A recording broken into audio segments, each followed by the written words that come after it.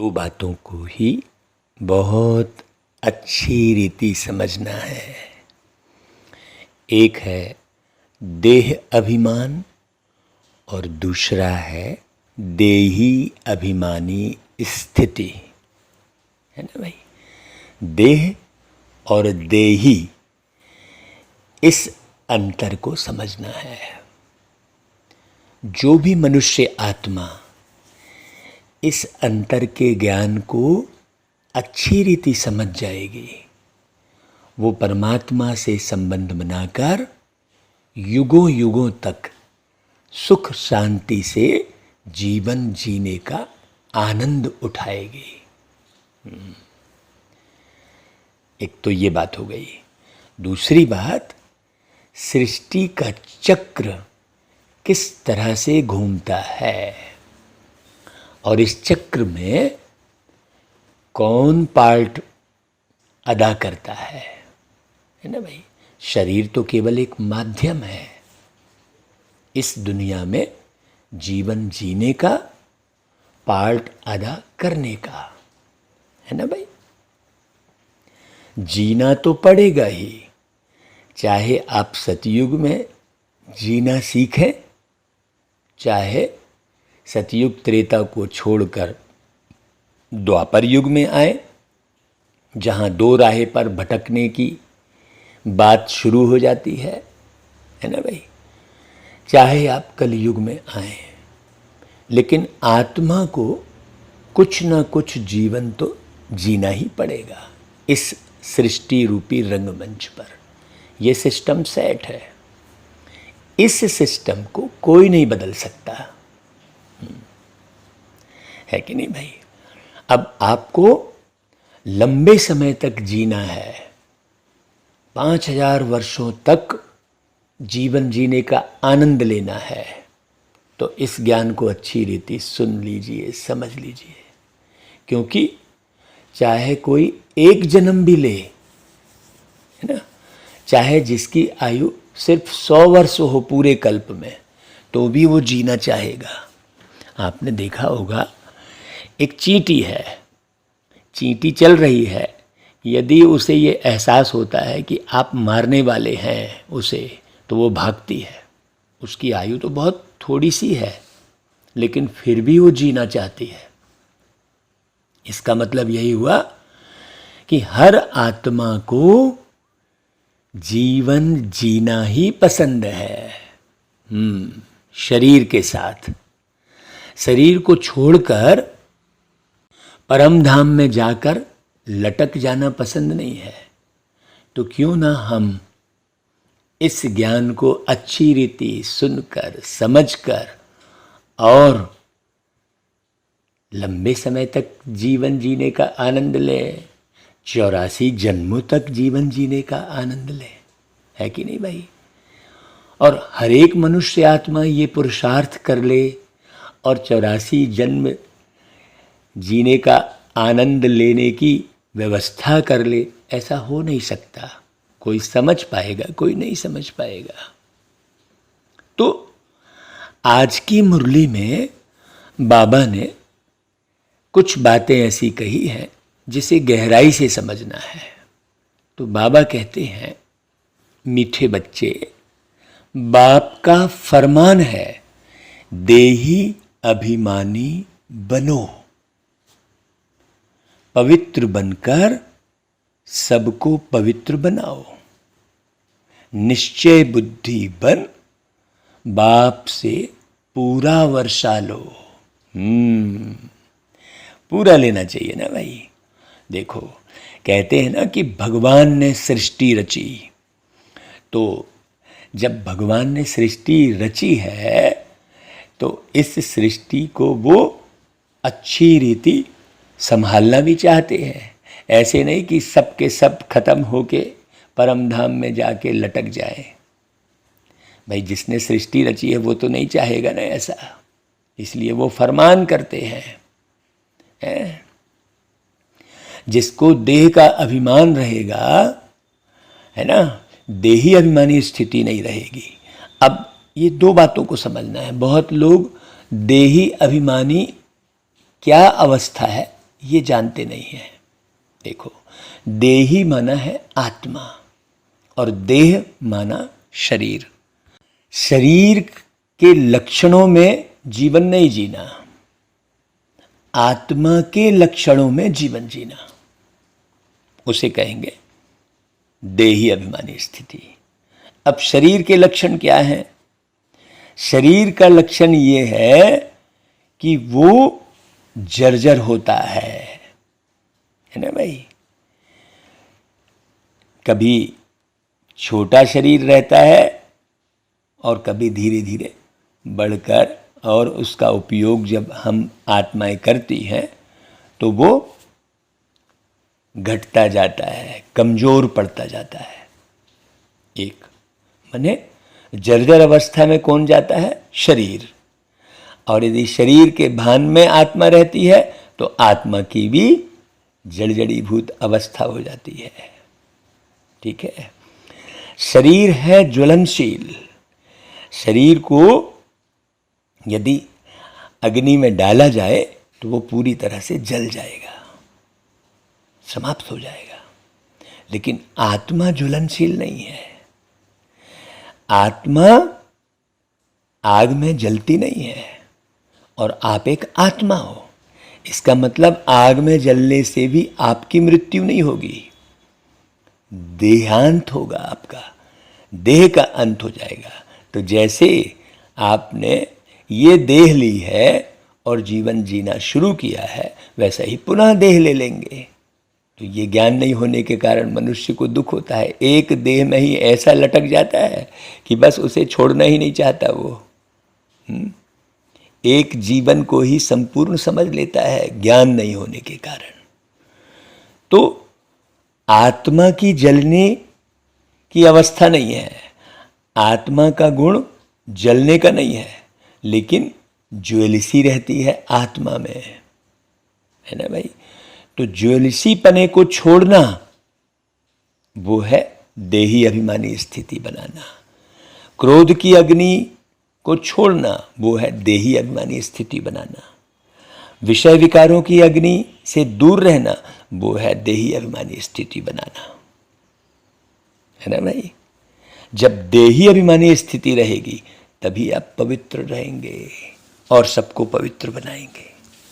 पवित्र बनना और पवित्र बनाना, इसका मतलब क्या हुआ कि काम, क्रोध, लोभ, मोह, अहंकार, ईर्ष्या, द्वेष, ग्लानि, निंदा, चिंता, दुख, ऐसे नाना प्रकार के विकार हैं। उन सब विकारों से स्वयं को मुक्त रखना, निश्चय बुद्धि बनना कि भाई मैं एक निर्विकारी, निराकारी, निरअहंकारी आत्मा हूँ। जो मैं आत्मा निमित्त बनकर, निर्मल होकर बेहतर सृष्टि का निर्माण करने वाली हूँ और सबको सुख देने वाली आत्मा हूँ, ऐसा निश्चय करना। ऐसे निश्चय करके प्यारे पिता परमात्मा से स्वर्ग की प्रथम राजाई का वर्षा लेना। बाबा कहते हैं अंत में शरीर छोड़ने समय हाय हाय किन्हों को करनी पड़ती है भाई? किन्हों को करनी पड़ेगी हाय हाय? जो जीते जी मरकर पूरा पुरुषार्थ नहीं करते। जीते जी मरकर मतलब आत्मा अलग, जब आत्मा अलग हो जाती है तो उसे मर गया कहते हैं, है ना भाई। तो शरीर में रहते रहते इस अनुभूति में रहना, आत्मा अलग और शरीर अलग, ये पूरा स्पष्ट रहे पूरे समय। हाँ, तो जो ऐसा पुरुषार्थ नहीं करते वो पूरा वर्षा नहीं लेते हैं। फिर उन्हें ही अंत में हाय हाय करनी पड़ती है। भाई पुरुषार्थ करो तो पूरा करो, अधूरा क्यों करना, है कि नहीं भाई। दूसरा प्रश्न आज बाबा ने किया, इस समय अनेक प्रकार के लड़ाई झगड़े व पार्टीशन आदि क्यों है? क्यों है भाई? क्योंकि सब अपने असली पिता को भूल आर्फन निधन के बन गए हैं, उनका कोई धनी धोरी नहीं है। जिस बच्चे का कोई पालनहार नहीं रहता, छोटेपन में ही माँ बाप चले जाते हैं, है ना, वो बच्चा कितना भटकता है सोचो। जो बच्चा अपने माँ बाप को नहीं जानता, है ना, इधर उधर उसे ज्ञान नहीं रहता, भीख मांगनी पड़ती है ना। माँ बाप को नहीं जानता तो फिर माँ बाप के रिश्तेदारों को भी नहीं जानेगा, वो किसी को नहीं जानेगा, वो कौन है उसका वो पहचानेगा ही नहीं। उसी प्रकार मनुष्य आत्माओं के पिता परमात्मा है जो ज्ञान के सागर हैं, शांति के सागर हैं। उनको नहीं जानने के कारण प्रत्येक मनुष्य आत्मा बच्चों की तरह भटक रही है। हाँ, जिस माता पिता से घनेरे सुख मिले थे, हैं, उसे भूल गए हैं और उसको सर्वव्यापी कह दिया है। सब तरफ है बोले, हैं, इसलिए आपस में लड़ते झगड़ते रहते हैं। ओम नमो शिवाय, ओम शांति। भाई ये ओम शांति किसने कहा? ओम शांति आत्मा ने इन शरीर की कर्मेंद्रियों द्वारा कहा है ना भाई, क्योंकि बोलने के लिए एक शरीर चाहिए ना भाई। आत्मा है अविनाशी और शरीर है विनाशी। इस बात को गहरे से समझना। आत्मा एक शरीर छोड़ दूसरा लेती है। आत्मा अर्थात आप, जिनसे मैं बातें कर रहा हूं भाई। आत्मा अर्थात मैं, जो मैं बातें कर रहा हूं, इन आंखों से देख रहा हूं, है ना भाई। ये समझना, आत्मा मतलब कोई अलग वस्तु नहीं है। आपकी कहानी सुना रहा हूं मैं। और आत्मा सबसे जास्ती 84 जन्म लेती है। ऐसा नहीं कि 84 लाख योनि में भटकती है ना। दुनिया में कितना उल्टा सुल्टा ज्ञान दे दिया। अब जैसे मान लो कहा जाता है कि मनुष्य जैसे कर्म करता है उस आधार पर उस कर्म के फल को भोगने के लिए अनेकों योनि में जाना पड़ता है। ओके, मान लीजिए ये बात राइट है, तो एक चीज समझने की है। जब अनेकों योनियों में कर्मों का फल भुगतने के बाद मनुष्य योनि मिली, तो फिर मनुष्य योनि में कष्ट होना ही नहीं चाहिए। जब कर्मों का फल भुगत लिया आपने 84 लाख योनि में भटक के, और 84 लाख योनि में भटकने के बाद ही मनुष्य बने आप, तो फिर मनुष्य योनि में कष्ट क्यों? आज तो सबसे ज्यादा कष्ट मनुष्य योनि में ही दिखाई दे रहा है कि नहीं भाई। पंछी तो बड़े आराम से उड़ रहा है, बढ़िया अपना आसमान में आनंद ले रहा है। शेर तो अपने जंगलों में बढ़िया मस्त है, बंदर तो बढ़िया अपने फल फ्रूट खा रहे हैं जंगलों में अच्छे से। सबसे ज़्यादा कष्ट वाला तो मनुष्य ही दिखाई दे रहा है। तो जब 84 लाख योनि में भटक कर अपने कर्मों का जब फल प्राप्त करने के बाद मनुष्य योनि मिली, तो फिर किन कर्मों का फल मनुष्य को प्राप्त हो रहा है? जो एक बच्चा अंधा पैदा हो रहा है, वो अंधा पैदा होगा ही क्यों? जब उसने कर्मों का फल पा लिया है। तो इसका मतलब बाबा ने जो ज्ञान सुनाया वो एकदम स्पष्ट है। बाबा इन द सेंस परमात्मा ने, क्योंकि ज्ञान के सागर केवल एक परमात्मा है ना भाई। इसलिए बाबा ने कहा, इनको कहा ही जाता है 84 जन्मों का चक्र, ना कि 84 लाख योनि, है कि नहीं भाई। चौपाई में लिखा है, लख 84 भरम गमायो, बड़े भाग्य मानुष तन पायो। तो लख माने होता है लखना, परखना, देखना। लाख कैसे हो गया भाई? 84 जन्मों की हिस्ट्री को लखो, समझो, परखो, हाँ, कि कैसे कैसे 84 जन्म लिए।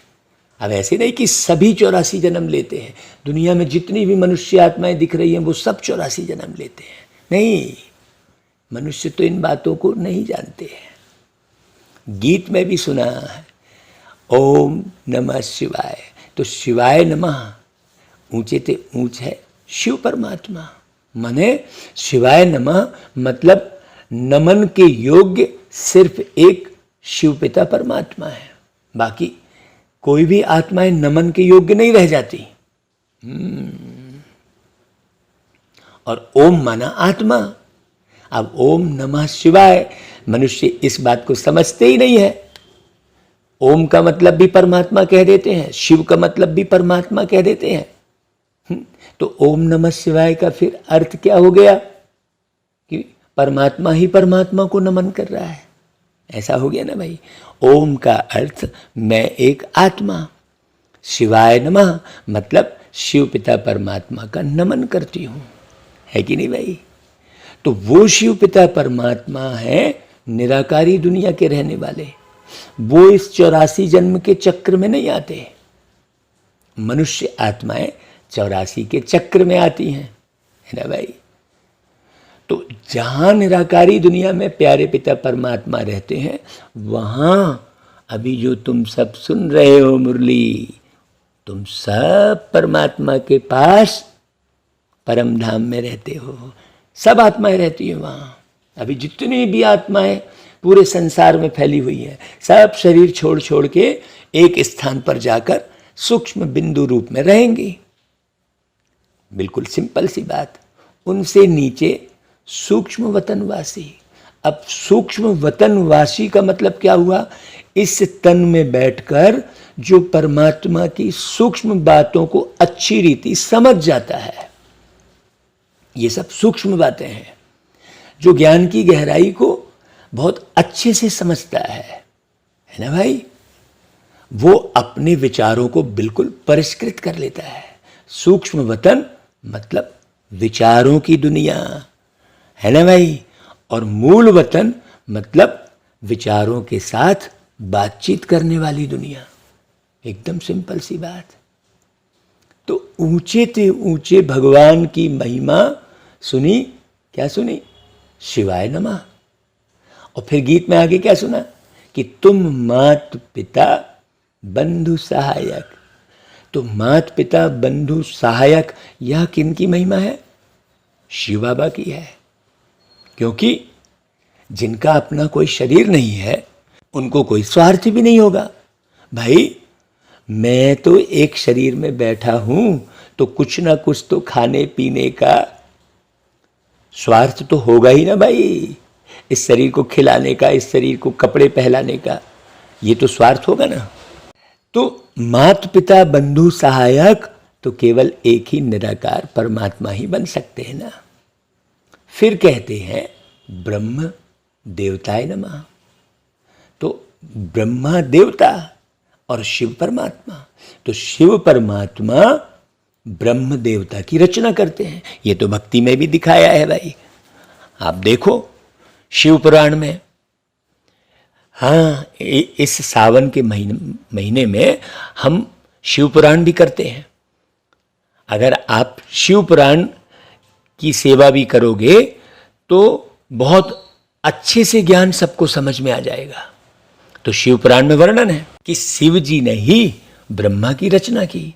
तो शिव पिता परमात्मा है रचयिता और ब्रह्मा है रचना। अब सोचो, अब ब्रह्मा को कैसे परम पिता कह देंगे भाई। और ब्रह्मा की रचना की, फिर उसके बाद यह है मनुष्य सृष्टि।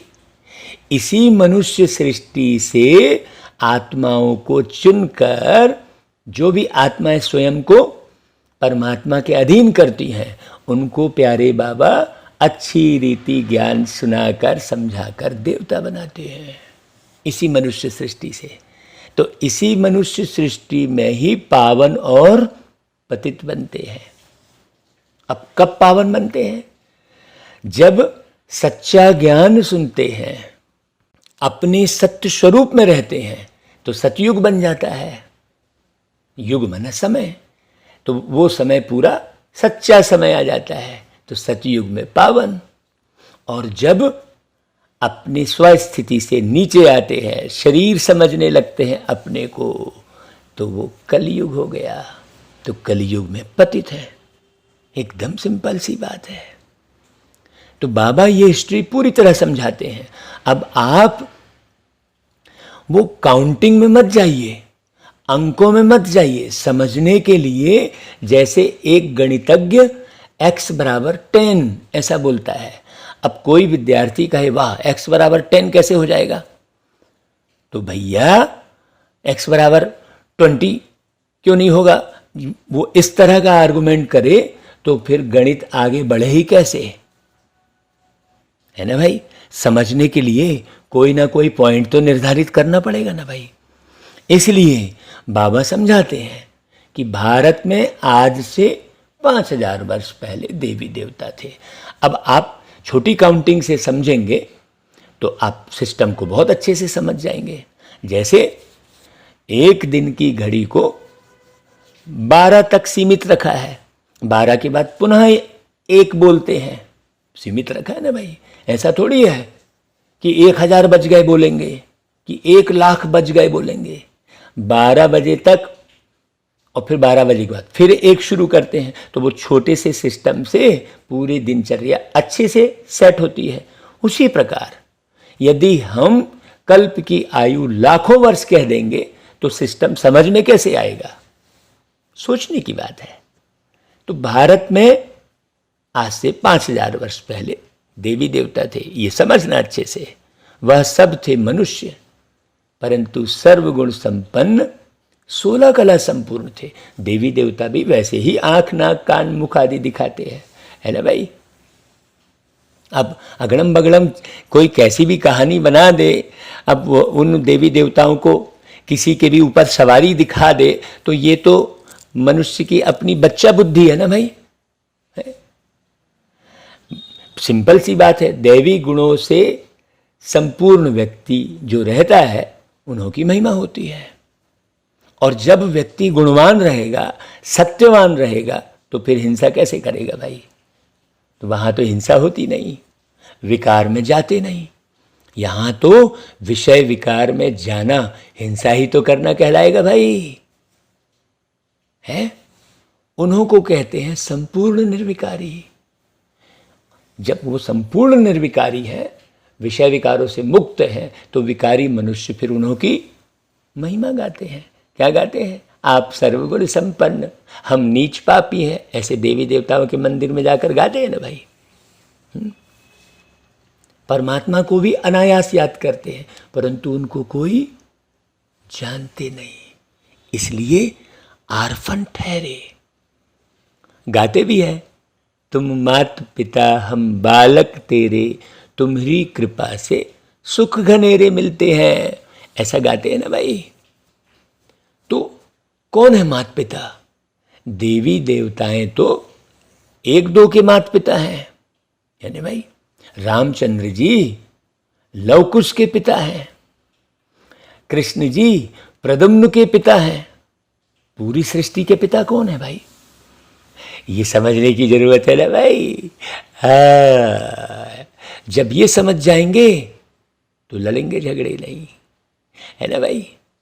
माता पिता से सुख घनेरे मिलते हैं, वो सुख पाते हैं। फिर जब रावण राज्य शुरू होता है तो मनुष्य बाप को भूल पतित आर्फन निधन के बन पड़ते हैं।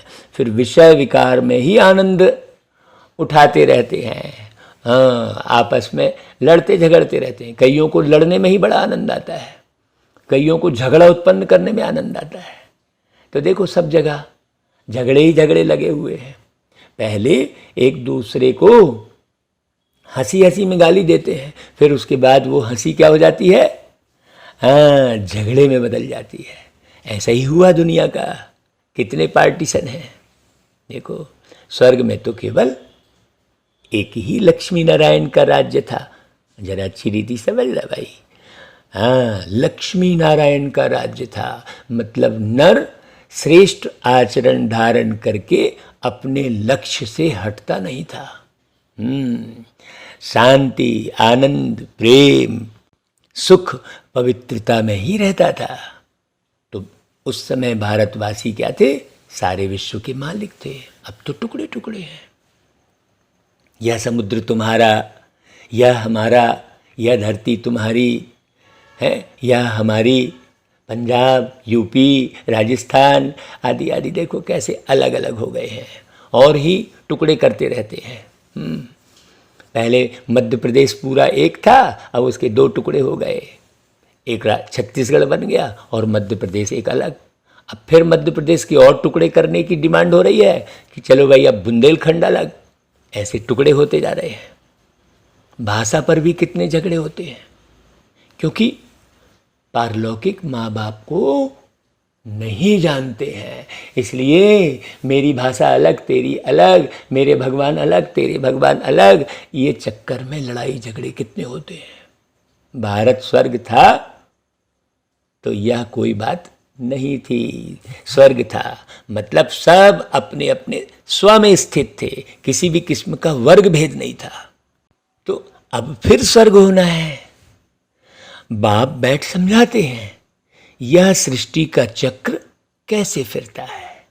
बेहद के बाप बच्चों को कहते हैं, देखो बच्चे, तुम कितना बेसमझ बन पड़े थे और अभी भी बेसमझ बन पड़े हो। कहते भी हो हे परमपिता परमात्मा, फिर उनकी बायोग्राफी को नहीं जानते हो। है बाप पतित पावन सदगति दाता भी है, तुम तो जानते हो। लेकिन दुनिया वाले तो कह देते हैं ईश्वर सर्वव्यापी है, कण कण में है। बताओ, अब कण कण में परमात्मा है ये कहना राइट है कि कण कण परमात्मा का है ये कहना राइट है? सुख किस में आएगा? जब कण कण परमात्मा का है कहेंगे तो कहीं भी मेरापन नहीं जुटेगा। वास्तव में राइट क्या था? कण कण परमात्मा का है, ना कि कण कण में परमात्मा है। देखो, है ना, सर्वव्यापी कहने से फिर वर्षा कैसे मिलेगा? जरूर बाप चाहिए ना भाई, वर्षा देने वाले। लौकिक बाप बच्चों को पैदा करे और फिर पूछो तुम्हारा बाप कहाँ है, तो क्या सर्वव्यापी कहेगा? अरे बेहद का बाप तो रचयिता है ना भाई। हाँ, बस वो बेहद की सृष्टि रचते हैं, लेकिन सर्वव्यापी होकर थोड़ी रचेंगे भाई। एक शंकर जी को, एक ब्रह्मा बाबा को दिखाया है ना भाई।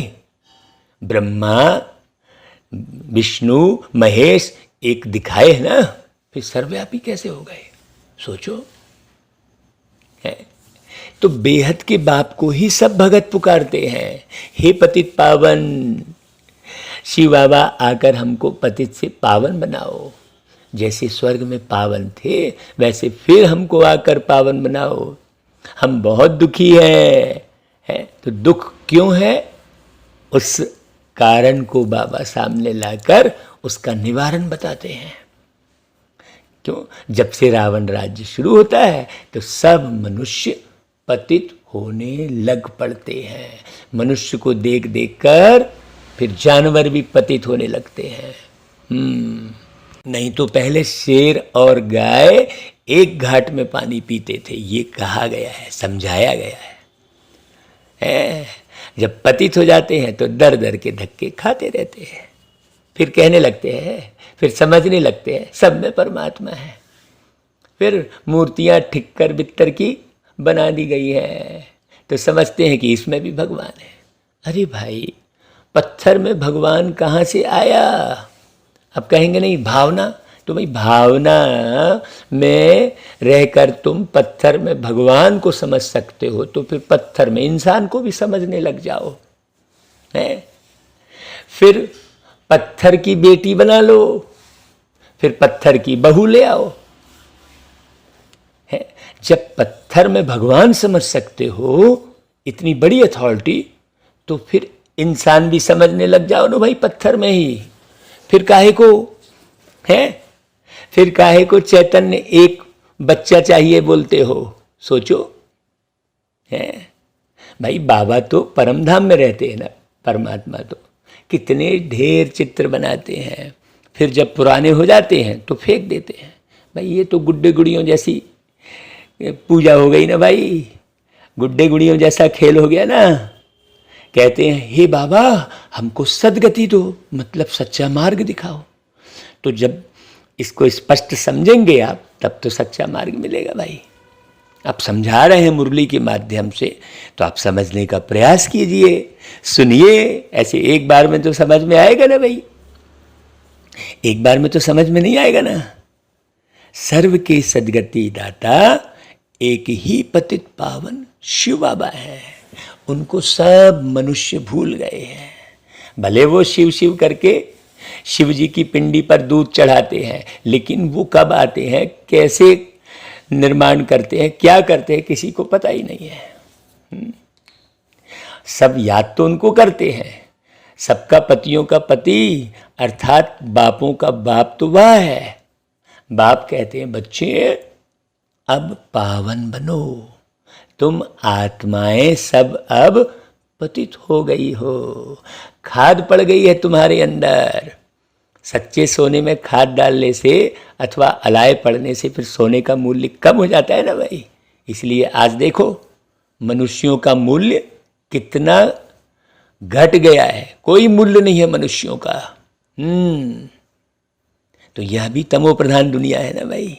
पहले गोल्डन एज में थे तो संपूर्ण निर्विकारी थे, मूल्यवान थे। हाँ, व्यक्ति का व्यक्ति से महत्व था, अब तो है ही नहीं। फिर सिल्वर की खाद पड़ी, फिर कॉपर आयरन में आते हैं, आत्मा पतित होती जाती है। ये गोल्डन एज कहते हैं, माने अवस्था। कोई सोने वाली बात नहीं है, सोने और चांदी और तांबे और लोहे वाली बात नहीं है, ये अवस्था है। लोहे मिसल अवस्था हो गई है, अभी तो बिल्कुल ही आयरन एजेड हो गई है। वही भारत सतो प्रधान था और अब वही भारत तमो प्रधान बन गया है। तो सतो प्रधान बनाना है, मेहनत लगेगी, ऐसे झट से बनेगा नहीं। तो इसमें जो लग के पुरुषार्थ करेंगे वही बना पाएंगे भाई। जो पहले पहले थे जरूर, उन्हों को ही पूरे 84 जन्म लेने पड़े भाई। क्रिश्चियन तो आते ही बाद में हैं, वह 84 जन्म तो ले ना सके, वह करके 35-40 जन्म करके पाते होंगे भाई। समझ जाओ बस, सिंपल सी बात। अब उस काउंटिंग में थोड़ी पढ़ना है। सृष्टि की आयु भी अब पूरी होती है। जब ये बाबा आए हैं तो यही सिद्ध हो रहा है कि भाई अब सृष्टि की आयु पूरी हो रही है, फिर नहीं बनेगी भाई। जैसे एक बच्चा जन्म लेता है, युवावस्था आती है, फिर बूढ़ा हो जाता है, फिर कहते हैं चलो भाई अब शरीर छोड़ेंगे। शरीर छोड़ने के बाद क्या करेंगे, फिर बच्चा बनेंगे। वैसे ही पूरी सृष्टि की बात है ना भाई। फिर नया जन्म लेते हैं, फिर नया बच्चा बन जाता है। तो वैसे ही पूरी सृष्टि की बात है। बात पूरी किसकी कर रहे हैं, आत्माओं की। सृष्टि की आयु मतलब कोई पृथ्वी की आयु थोड़ी, सोचने की बात है, आत्माओं की। नई दुनिया में है सुख और पुरानी दुनिया में है दुख। भाई पुराने मकान को तोड़ा जाता है ना भाई। पुरानी दुनिया में तो सब दुखी है, फिर इन सबको सुखी बनाने वाले तो केवल एक शिव पिता परमात्मा बाप ही है। सतयुग में जो भी आत्माएं थीं वह सुखी थी। उनको सुखी किसने बनाया भाई, हमारे मीठे पीठे प्यारे प्यारे बाबा ने। बाकी सब आत्माएं शांति धाम में थी, जिसको फिर साइलेंस वर्ल्ड कहा जाता है। साइलेंस वर्ल्ड, फिर सटल वर्ल्ड मतलब सूक्ष्म वतन, वहाँ शरीर ही नहीं है तो आत्मा आवाज़ कैसे करेगी भाई। तो अभी सब आत्माएं तमो प्रधान है, इसलिए इसको आयरन एज कहा जाता है। लोहे के जैसी सब आत्माएं हो गई है। पहले गोल्डन एज में थे, अब फिर बाप आकर गोल्डन एज में ले जाते हैं। तो यहाँ पर किसी के भी व्यवहार को देखकर मूंझो नहीं भाई, बाबा के स्पष्ट ज्ञान को अच्छे से समझो। जब बाबा कह ही रहे हैं कि अभी सब तमो प्रधान है, आयरन एज है, लोहे जैसी हो गई है, तो किसी के व्यवहार में क्यों मूंझना। एक बाबा की याद में रहना बस। बाबा ही मनुष्य को देवता बनाते हैं भाई। सतयुग में भी स्त्री और पुरुष होते हैं, लेकिन दोनों पवित्र रहते हैं। हाँ, उनको राम राज्य कहा जाता है। अभी तो है रावण राज्य, एक दो पर काम कटारी चलाकर दुखी करते रहते हैं, है ना भाई, डिस्टर्ब करते हैं ना भाई। एक कन्या घर में बड़े आराम से रह रही होती है, उस पर कोई पुरुष जो है, कोई जो है लड़का, और आकर दृष्टि खराब करके उसके जीवन को ही खराब कर देता है ना भाई। भगवान कहते हैं बच्चे, काम महाशत्रु है, इसने ही तुमको दुखी किया है। फिर देखो कैसे दुख की जिंदगी शुरू हो जाती है। देख, लड़ाई झगड़ा, आज सारे पिक्चरों में यही किस्से दिखाए जाते हैं। बाबा कहते हैं देखो बच्चे, तुम अभी तक गिरते ही आए हो, अभी तो कोई कला नहीं रही तुम्हारे अंदर। फिर 16 कला संपूर्ण बनाने के लिए प्यारे बाबा ये मुरली सुना रहे हैं। आप इसे अच्छी रीति समझकर 16 कला संपूर्ण बनो। इसमें सन्यासियों के मुआफिक कोई घर बार तो छोड़ना नहीं है ना भाई। घर में रहकर ये आप YouTube पर मुरली सुन लो।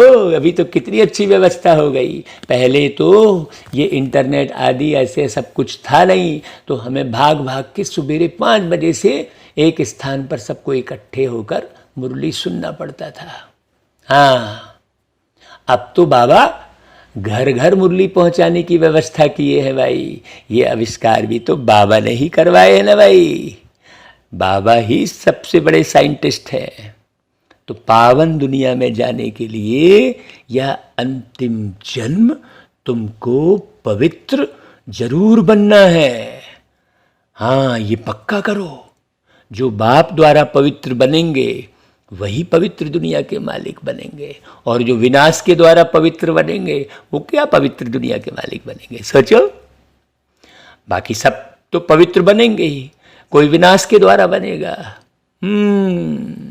यहाँ तुम बच्चे आए हो बाप के पास। बाबा कहते हैं देखो, यह हेड ऑफिस है। हाँ, जहाँ सब आते हैं। कहते हैं बाबा एक ही हट्टी है। तो पारलौकिक बाप आत्माओं को कहते हैं बच्चे, अब देही अभिमानी बनो। तो आत्माएं भी कहती है हाँ बाबा, हम आपके फरमान जरूर मानेंगे, पवित्र जरूर बनेंगे। यही श्रीमत है ना। बाकी और कोई माने आप श्रीमत कुछ का कुछ समझ लेते हो तो लोग फायदा उठाने लगते हैं।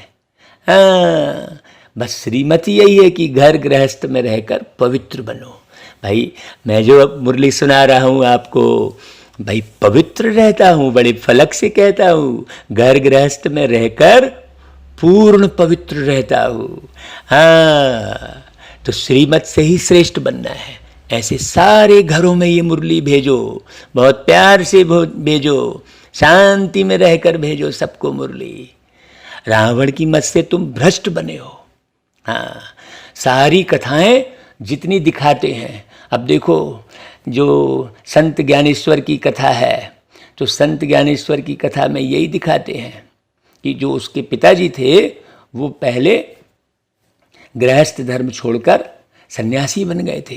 फिर उनके गुरु ने ही उनको जाकर कहा कि नहीं नहीं, जाओ जाओ गृहस्थ धर्म अपनाओ। तो लोग देखो कितना उनको भ्रष्ट कहने लग गए। उनके हाथ का पानी पीना भी बेकार समझने लगे कि अरे तुम तो संत ऋषि बन गए थे और फिर तुमने बच्चे पैदा कर लिए।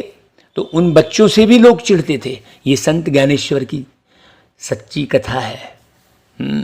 आप देखना तो फिर सोचो, है ना भाई। अब बाबा तो यहाँ संन्यास धर्म की बात ही नहीं कर रहे हैं, बाबा कह रहे हैं पवित्र रहो, बस।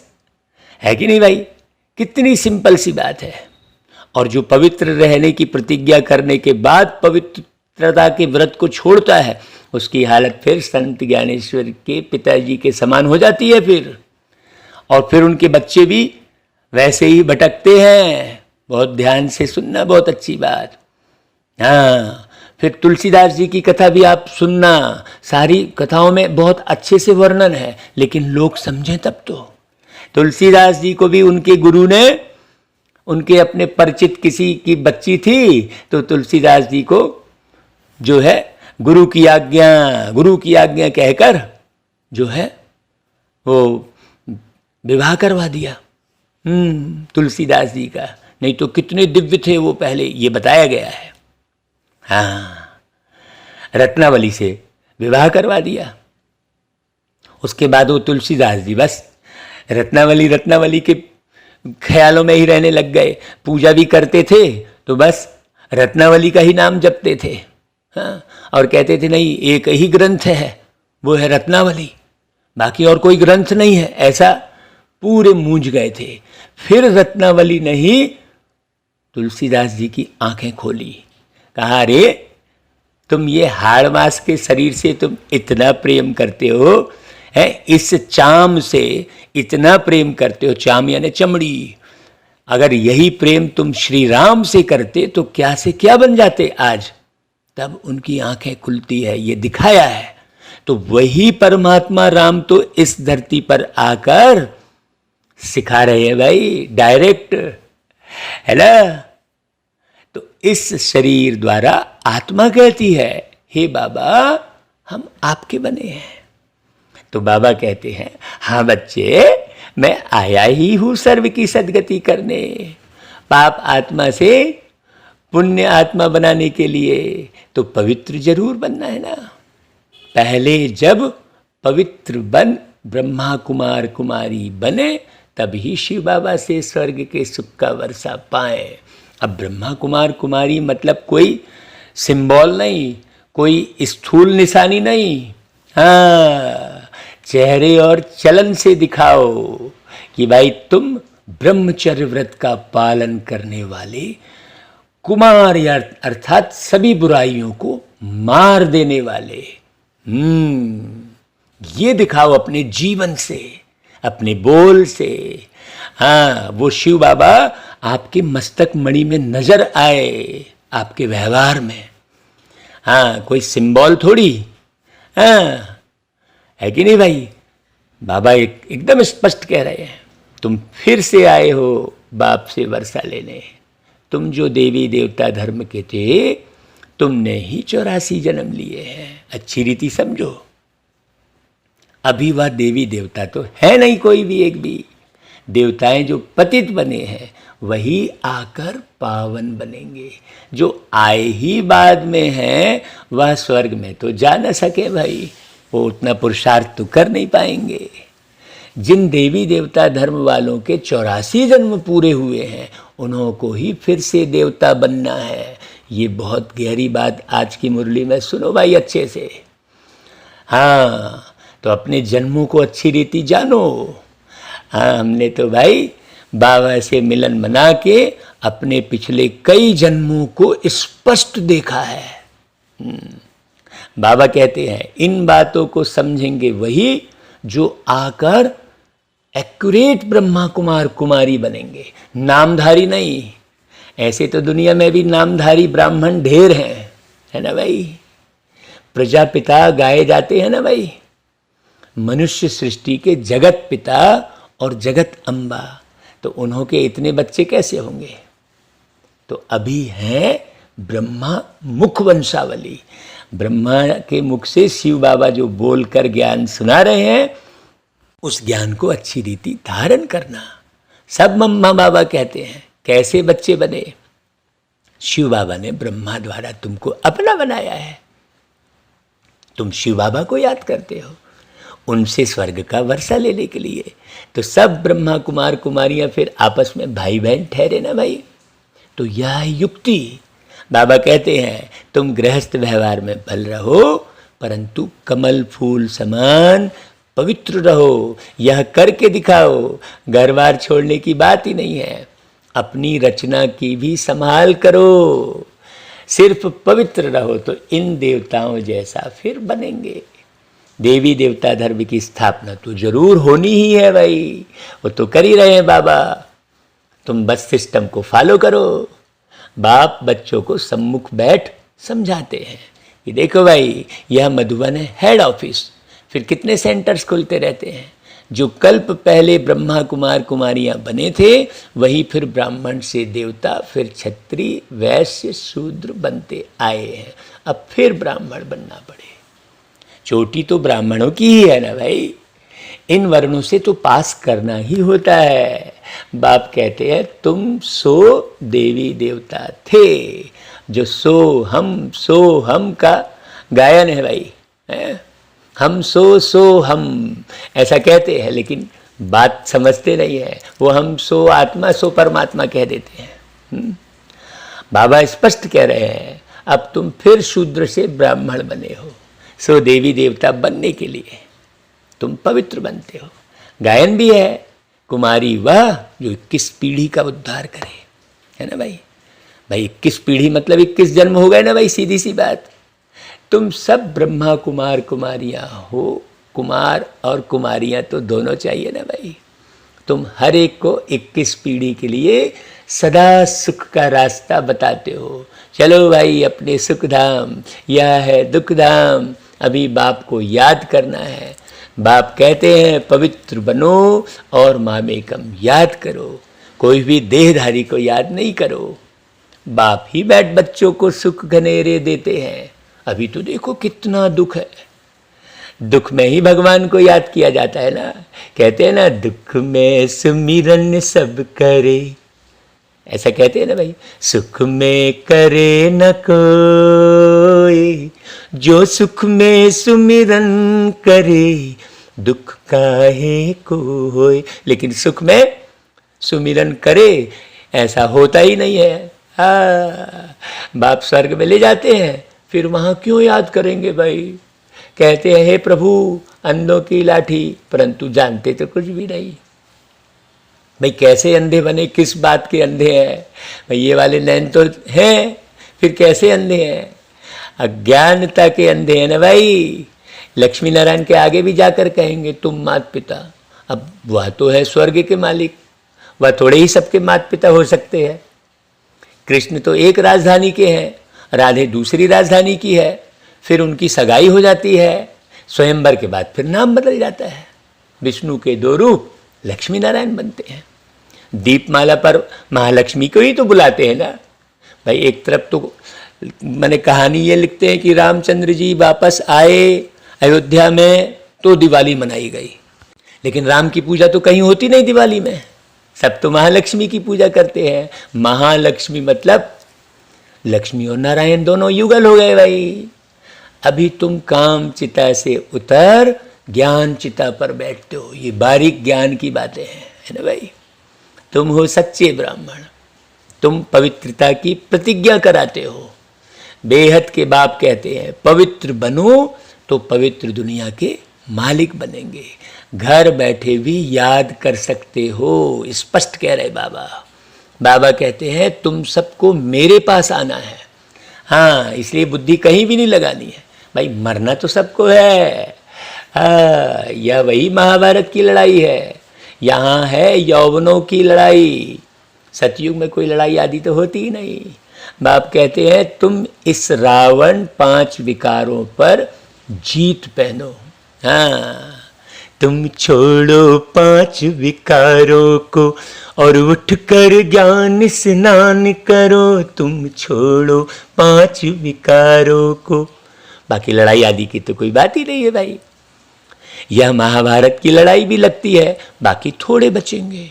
भारत है अविनाशी खंड, बाकी खंड सब खत्म हो जाएंगे, क्योंकि एकदम पूर्ण ज्ञान तो प्यारे पिता परमात्मा, वो माता पिता भारत में ही आते हैं, इसलिए भारत को माता कहते हैं। वो बाप ही सबको वापस ले जाएंगे। बाप सर्व की सदगति करते हैं, आत्माओं को वापस ले जाते हैं। अभी तुम बाप से वर्षा ले रहे हो, सन्यासी तो भाई ये वर्षा दे नहीं सकते। वह कोई स्वर्ग के रचयिता तो है नहीं भाई।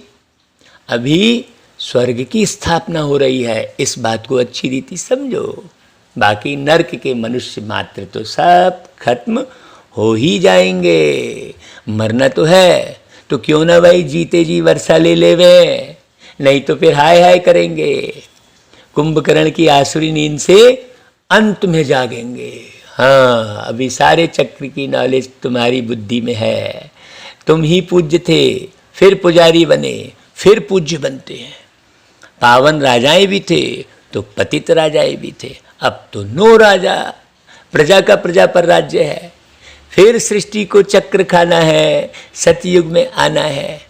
तो शिव बाबा इनके मुख से कहते हैं, तुम हमारे बच्चे हो। तुम भी कहते हो, बाबा हम आपके बच्चे हैं। यह हो गई मुख वंशावली, है ना भाई।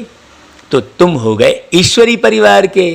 भगवान उवाच, एक बाप को याद करो। हम आत्माएं अब स्वीट होम में जाती हैं, जहां बाबा रहते हैं। ज्योति के देश में वो शांति धाम प्यारा है, जाना वही हम सबको इस जहां से न्यारा है। हमें अब जाना है कि अब घर जाना है। तो बाबा फिर स्वीट स्वर्ग में भेज देते हैं, वहाँ भी शांति और सुख है।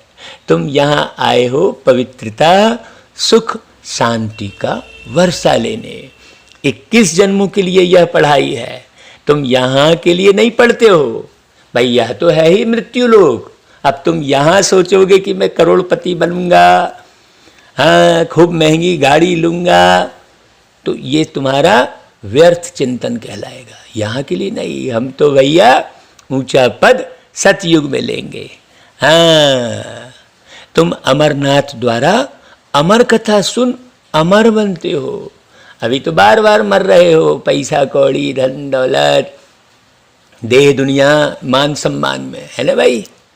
अभी मरना नहीं है। अब जो बाप से आकर समझेंगे वही पवित्रता की प्रतिज्ञा करेंगे, वही फिर आकर वर्षा लेंगे। ब्रह्मा कुमार ब्रह्मा कुमारियाँ तो ढेर के ढेर होते जाएंगे, दिन प्रतिदिन सेंटर भी खूब खुलते जाएंगे, हैं, शूद्र से ब्राह्मण बनते जाएंगे। हाँ, लेकिन जो बाप को अच्छी रीति समझेंगे वही स्वर्ग का वर्षा पाएंगे। अच्छा भाई, मीठे मीठे सिकिलधे बच्चों प्रति माता पिता बाप दादा का याद, प्यार और गुड मॉर्निंग। रूहानी बाप की रूहानी बच्चों को नमस्ते, और हम रूहानी बच्चों की रूहानी माता पिता बाप दादा को याद, प्यार, गुड मॉर्निंग और नमस्ते। धारणा के लिए मुख्य सार, बाप से स्वर्ग का वर्षा लेने के लिए गृहस्थ व्यवहार में रहते, रचना की संभाल करते हुए कमल फूल समान पवित्र बनना है। अर्थात अपनी पत्नी और बच्चों को, अपने भाई बहनों को, अपने माता पिता को, लौकिक माता पिता को छोड़ना नहीं है, किसी भी किस्म का दुख नहीं देना है, बल्कि और ही अच्छे से संभाल करनी है अपने माता पिता की, अपने बाल बच्चों की बहुत अच्छे से संभाल करनी है, पवित्रता से संभाल करनी है। हाँ, दूसरी पॉइंट, हर एक को 21 पीढ़ी के लिए सुखी बनाने का रास्ता बताना है, हर एक को। हाँ, ज्ञान चिता पर बैठ शूद्र से ब्राह्मण और फिर देवता बनना है। अच्छा भाई, वरदान, मास्टर स्नेह के सागर बन, घृणा भाव को समाप्त करने वाले नॉलेजफुल भव। नॉलेजफुल अर्थात ज्ञानी तू आत्मा, है ना भाई। ज्ञानी तू आत्मा बच्चे क्या करेंगे, हर एक के प्रति मास्टर स्नेह के सागर होते हैं।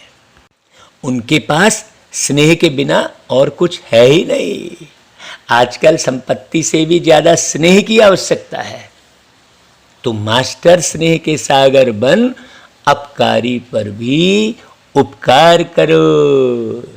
हाँ, है ना भाई, अपकारी पर उपकार करो। इस पर भी गीत बनवाया था बाबा ने, वो भी रिकॉर्ड हुआ है। जैसे बाप सभी बच्चों के प्रति रहम और कल्याण की भावना रखते हैं, ऐसे बाप समान क्षमा के सागर और रहम दिल बच्चों में भी किसी के प्रति घृणा भाव नहीं हो सकता, है ना भाई। अच्छा भाई, फिर स्लोगन, हदों को समाप्त कर बेहद की दृष्टि और वृत्ति को अपनाना ही यूनिटी का आधार है। हाँ, सबको अपना लो भाई, सबको अपना बना लो तुम, सबको दिलों में बसा लो तुम, सबको अपना बना लो तुम, सबको दिलों में बसा लो तुम। भाई प्रेम सबसे, सेवा सबकी, लेकिन बुद्धि का कनेक्शन, बुद्धि का संबंध एक प्यारे पिता परमात्मा शिव बाबा के साथ रखो। हाँ, है ना भाई, जिसका कनेक्शन बढ़िया होगा शिव बाबा से, उसका ही करेक्शन होगा, और जिसका करेक्शन अच्छा होगा वही करप्शन मिटा सकेगा, और जो करप्शन मिटाने लायक रहेगा वही कंस्ट्रक्शन कर सकता है। बड़ी गहरी बात है। अच्छा भाई, ओम शांति।